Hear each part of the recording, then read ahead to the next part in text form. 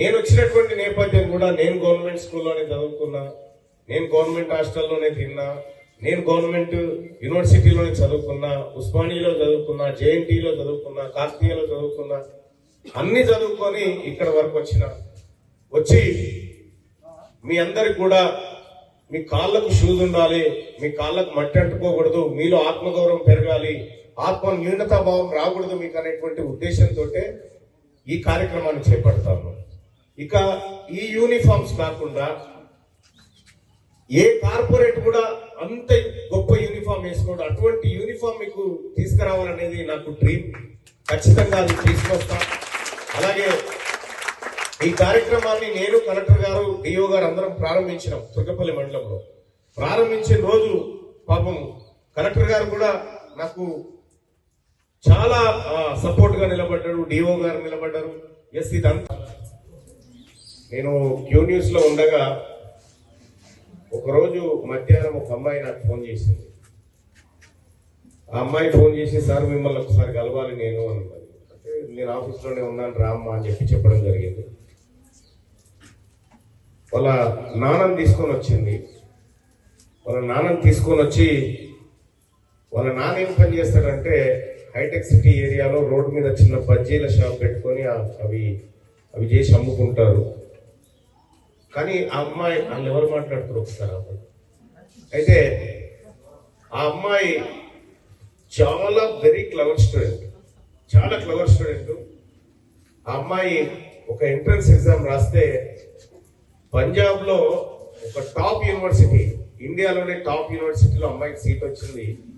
కానీ అది rape course, దానికి 13 లక్షలు రేపే కట్టాలి. దానికి రేపు కడితే అమ్మాయి చదువుకుంటుంది, లేకపోతే అమ్మాయి వాళ్ళ నాన్నతో పాటు మిరపకాయలు బజ్జీలు వేసుకొని అమ్ముకునేటువంటి పరిస్థితి ఉంది. సార్ రేపు కట్టాలి సార్, ఇవాళ నా పరిస్థితి ఏంది సార్, నాకు చదువుకోవాలని ఉందని ఒక పేద బిడ్డ వస్తే ఒక గంట సేపట్లో 13 లక్షలు జమ చేసి అమ్మాయిని ఇప్పుడు పంజాబ్ యూనివర్సిటీలో ఉంది. అమ్మాయి చాలా గొప్పగా చదువుకుంటాం. ఇంకొక అమ్మాయి వరంగల్ నుంచి వచ్చేసింది. ఆ అమ్మాయికి పెళ్లి చేద్దామని చూస్తున్నారు. వాళ్ళ అమ్మ నాన్న పెళ్లి చేద్దామని చూస్తూ ఉంటే ఆఫీస్ కాడికి వచ్చింది. అన్న నాకు చదువుకోవాలని ఉంది, నేను గొప్పగా చదువుతా అని చెప్పి ఒక యాదవుల అమ్మాయి నా దగ్గరకు వచ్చి, అన్న నాకు అవకాశం ఇయ్యన్న, మా అమ్మ నాన్నకు చదువు అంటే తెలియదు, వాళ్ళ పెళ్లి చేద్దామని చూస్తున్నారని చెప్పి ఇంట్లో చెప్పకుండా వచ్చేసింది. చెప్పకుండా వస్తే ఆ అమ్మాయికి సంబంధించినటువంటి అన్ని వ్యవహారాలు నేను దగ్గరుండి చూసి, ఆ అమ్మాయి ఎక్కడుందో తెలుసా, వాళ్ళ అమ్మా నాన్న గొర్రెలకాడ ఉన్నారు. ఆ అమ్మాయి అమెరికాలోని ఒక టాప్ యూనివర్సిటీలో ఇవాళ పిహెచ్డి చేస్తూ ఉంటాం. చాలా మంది పిల్లలు రష్యాలో చదువుతూ ఉన్నారు. ఇంకా చాలా చోట్ల కూడా తీన్మార్ మల్లన్న దగ్గరికి చదువు అని వచ్చినటువంటి పిల్లల్ని, చదువుకుంటామన్న కోరికతో వచ్చినటువంటి పిల్లల్ని ఎంత వ్యయ ప్రయాసానికి ఓర్చైనా సరే, లక్షల రూపాయలు ఖర్చు పెట్టైనా సరే విదేశాల్లో పెట్టి చదివిపిస్తా ఉన్నా. అది విద్య పట్ల నాకున్నటువంటి కమిట్మెంట్. ఈ పిల్లలకు కూడా షూ డిస్ట్రిబ్యూషన్ కార్యక్రమం అనేది వాస్తవానికి నా కూతురు బర్త్డే అయిపోయి చాలా రోజులు అయింది. నేను త్వరగా మీకు షూస్ ఇవ్వాలనేటువంటి ఆతృత ఉండే నాకు. కానీ ఆ కంపెనీలో ఉన్నటువంటి స్టాక్ వల్ల నాకు ఒకేసారి చేయలేకపోయిన కార్యక్రమాన్ని, అందుకే దఫాలుగా ఏ లోడు కాలోడు తెప్పించి చేయించడం జరుగుతూ ఉంది. ఇప్పటికే తుర్కపల్లి మండలం, ఆలేరు మండలం, ఆ తర్వాత మోటకొండూరు మండలం, ఆత్మకూరు మండలం, ఆ తర్వాత బొమ్మల రామారం మండలం, ఈ అన్ని మండలాల్లో షూ డిస్ట్రిబ్యూషన్ కంప్లీట్ అయిపోయినాయి. పిల్లలందరూ వాళ్ళ చక్కగా కాళ్లకు అద్భుతమైనటువంటి షూస్ వేసుకొని వాళ్ళు స్కూల్కి పోతా ఉంటే వీళ్ళు ప్రైవేట్ స్కూల్ పిల్లలా అయ్యింది అని అనుకునేటి ఒక వాతావరణం వచ్చింది. మరి తీన్మార్ మల్లన్న కోట్ల రూపాయలు ఖర్చు పెట్టి ఎందుకు ఈ పిల్లల కాళ్ళకు బూట్లు తొడుగుతా ఉన్నావు, ఇదే కోట్ల రూపాయలు ఖర్చు పెట్టి ఆ ముసలోళ్లకు ఓట్లు ఉన్న వాళ్ళ దగ్గర 500 ఇచ్చి ఓటు కొనుక్కోవచ్చు కదా అని చాలా మంది నాకు సలహాలు ఇస్తా ఉంటారు. అంటే నేనేదో కావడం కోసం మీకు వంచట్లేదు, మీ దగ్గర ఓటు లేదు, ఏమీ లేదు, కానీ మీ భవిష్యత్తు బాగుండాలని మీకోసం నేను ఖర్చు పెడతా ఉన్నా, మీ తల్లిదండ్రుల కోసం అయితే కాదు. గవర్నమెంట్ స్కూల్లో పిల్లలకి, ఈ గుండాల మండలంలో ఉన్నటువంటి పిల్లలకి అందరిని ఒకసారి కూర్చోబెట్టి అసలు కేసు అంటే ఏంటి, కేసు ఎందుకు పెడతారు, ఎఫ్ఐఆర్ అంటే ఏంటి, ఛార్జ్ షీట్ అంటే ఏంటి, నేరం చేస్తే ఎలాంటి శిక్షలు ఉంటాయి, ఒక 40 నిమిషాల క్లాస్ చెప్పండి వీళ్ళకి. ఎందుకంటే వీళ్ళని ఇక్కడే కనుక మీరు చేయగలిగితే మీకు సగం భాగాలు పోతాయి బయటగా.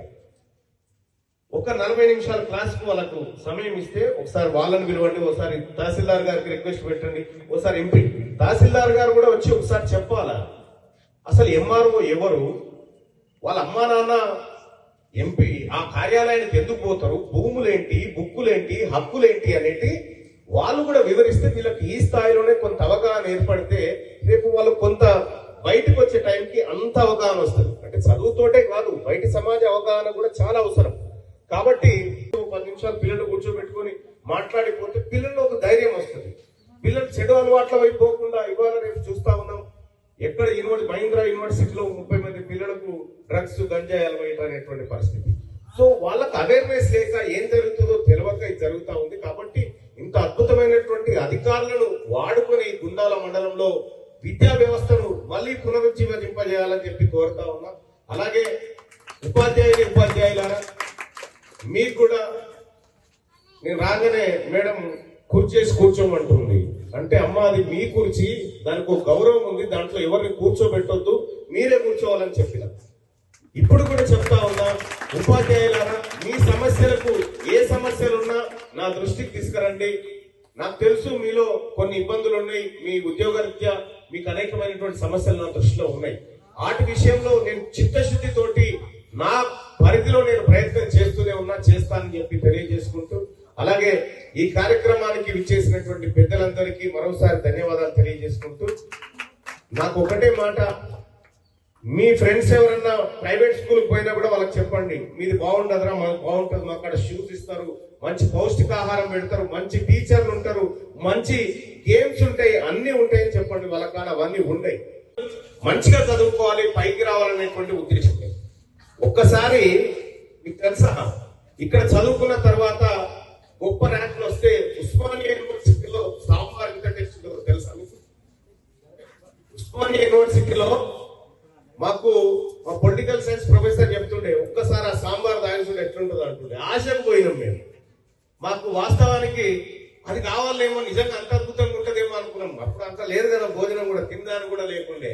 ఆ పరిస్థితిలో మీరు ఆ సాంబార్ టేస్ట్ చూసిరా ఎప్పుడన్నా చెప్పి చెప్తుండే. అట్లా ఆశ పెట్టి నేను ఉస్మానియా యూనివర్సిటీ, నేను నా 90 ర్యాంకు ఓయూలో, జేఎన్టీలో నేను కాలేజీలో టాపర్ని నేనే, బీపీడీ చేసిన. ఏది చేసినా కూడా ఇటీవల కాలంలో కార్పొరేట్ వ్యవస్థ వచ్చేసి ప్రభుత్వ విద్యారంగాన్ని మరి పేద వర్గాలకు దూరం చేసే కార్యక్రమం చేస్తా ఉంది. ఈ పిల్లలే లేకపోతే మనం ఎవరికి చదువు చేస్తా ఉన్న ఈ కార్యక్రమం అంటే, వాస్తవానికి నా కూతురు తను వికలాంగురాలు, షూస్ వేసుకోలేదు, నడవలేదు. కానీ నా కూతురు ఆనందం మీలో చూడాలి అన్న ఉద్దేశంతో మీ అందరికీ ఈ షూట్ కార్యక్రమం చేపడతా ఉన్నారు. భవిష్యత్తులో ఈ ఆలేరు నియోజకవర్గాన్ని ఒక మోడల్ గా తీసుకొని గవర్నమెంట్ స్కూళ్ళ హాలత్ మొత్తం మార్చేయాలని, మీ యూనిఫామ్ సిస్టమ్ అంతా మార్చేయాలని, అసలు గవర్నమెంట్ స్కూళ్లలో అడ్మిషనే దొరకనటువంటి పరిస్థితి క్రియేట్ చేయాలనేటువంటి ఉద్దేశంతో ఈ గవర్నమెంట్ స్కూళ్ళ మీద నేను వర్క్ చేస్తా ఉన్నాను. ఉద్దేశంతో రకరకాలుగా సహకారం అందిస్తూ వస్తా ఉన్నాను. సో అందుకోసమే మరి నేను షూస్ ఇవ్వడమో లేకపోతే మీకు లెక్చరర్ ఇవ్వడమో కాదు, మీ నుంచి ఏం ఎక్స్పెక్ట్ చేస్తా ఉంది ఈ సమాజం అనేది కూడా అవసరం.